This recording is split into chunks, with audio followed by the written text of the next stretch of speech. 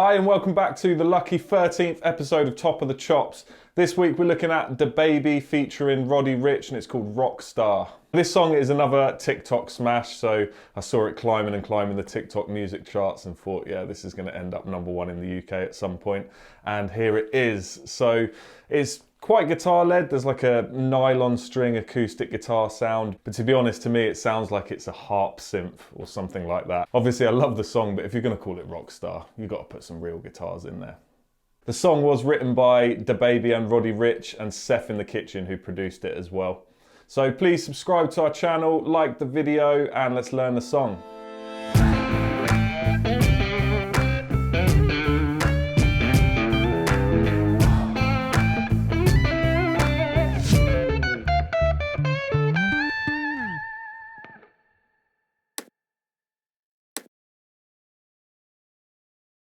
Okay guys, so this is going to be quite a simple lesson today. It's a minor chord progression, I think it's in G minor, and yeah, it's just one chord progression that loops, 4 chords. And even the melody is really simple, so it's going to be quite a quick lesson, but I'm also going to show you some improvising over the top of it as well, and some kind of different ways that you can play it if you don't want to play it exactly like this. Okay, so the first chord that we've got is a G sharp minor. And I'm doing this on the 11th fret, I'm doing the A minor shape, moved up to the 11th fret on the A string. And then it goes up to the B major. And I use the A shape again, but the major shape, and move that up to the 14th fret. Then I do the exact same shape, but on F sharp major, which is the 9th fret, and then the 7th fret, which is E major. Okay, so if I'm thinking of this in the key of G sharp minor, this would be my 1. The B would be my 3. The F sharp would be my 7. And the E would be my 6. Okay, now if you think of it in the key of B major, which would be the relative major, then it would be a 6-1-5-4 instead. But because it's a minor key, it's starting on that minor, we'll call that the 1.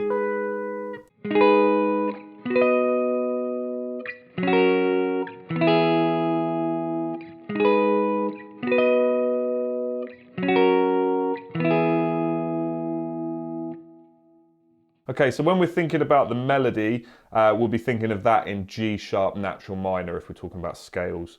Okay, now I tend to use, for the melody, you'll see in a moment, I use shape 2 of the natural minor and dip into shape 1 as well. So I start here in this, around those sort of notes. So that'd be shape 2 and then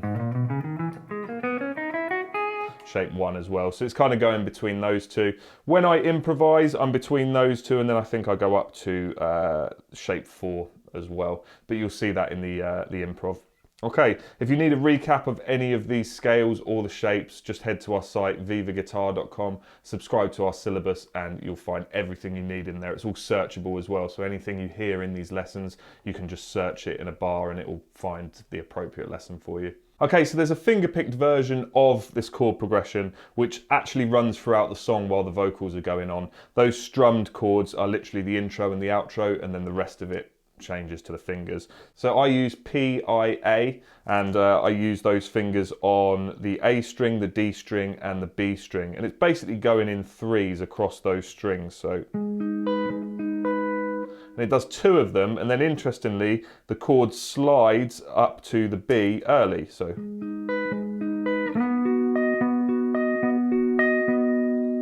okay, and to make up for the missed beats during that first chord, you have to add those on to the B major before it changes to the 3rd chord. So you get this.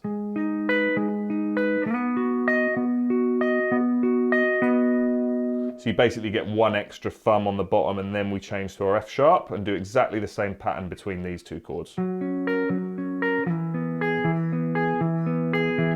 then we jump back up to our G sharp minor again. Okay, so that pattern running over and over is really nice. It just kind of keeps the beat as well, because it's, you know, straight quavers. This is quite a fast tempo. Usually trap songs like this, well, at least I produce them like this. I have like quite a fast click that would be going each beat, each crotchet would be. Okay, so these would actually be quavers.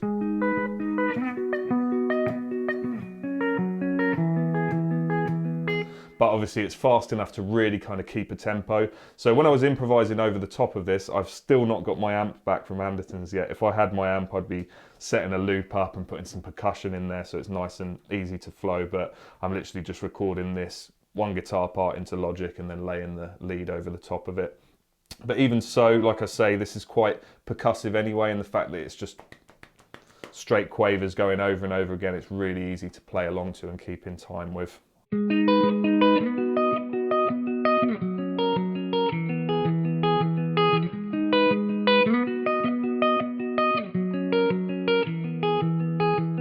Okay, so the lead over the top of this, I'm just going to show you the lead really quickly, and then I'll show you a video of me playing the lead as a close-up and also improvising out as well. So it starts off on this F sharp note on the B string, so it's the 7th fret, and I kind of keep a mute on it, and I don't think it comes in until the 3rd beat. 1, 2, 3, 4. Oh no, okay, so it comes in bar 2, so you got 1, 2, 3, 4. Okay, so it's palm muted, well I palm mute it just to get that kind of percussive note, and again it's kind of rap singing, so it's really kind of percussive and syncopated in a way, but yeah, you get that. So it's 1, 2, 3, okay, and I slide 6th fret on the G string up to 8 and then back down to 6 and then down to 4, so, and then sneak a little 6 in there on the D string, palm muted, and then back up. But this time it ends just on that 7 again, just nice staccato note at the end. So those two bars together, you got.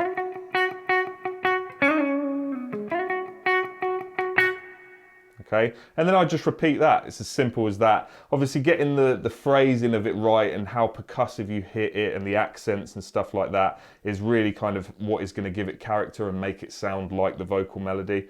So you kind of, I would play it along with him singing it and just kind of get a feel for how he's playing it, and then you kind of really get the hang of it. So I'll show you a close-up shot of that lead part over the top of the chord progression and then some improv as well. So with the improv, I'm doing a lot of, like I said earlier, shape 1, 2 and 4, lots of legato stuff, but it's very natural minor. I do some pentatonic stuff, but because it's quite a melodic song, there's lots of majors and minor chords all the way through it. It's not like it's power chords or 1 or 2 chords. It's you know, very melodic. So I would use my full 7 notes rather than just the 5 pentatonic notes.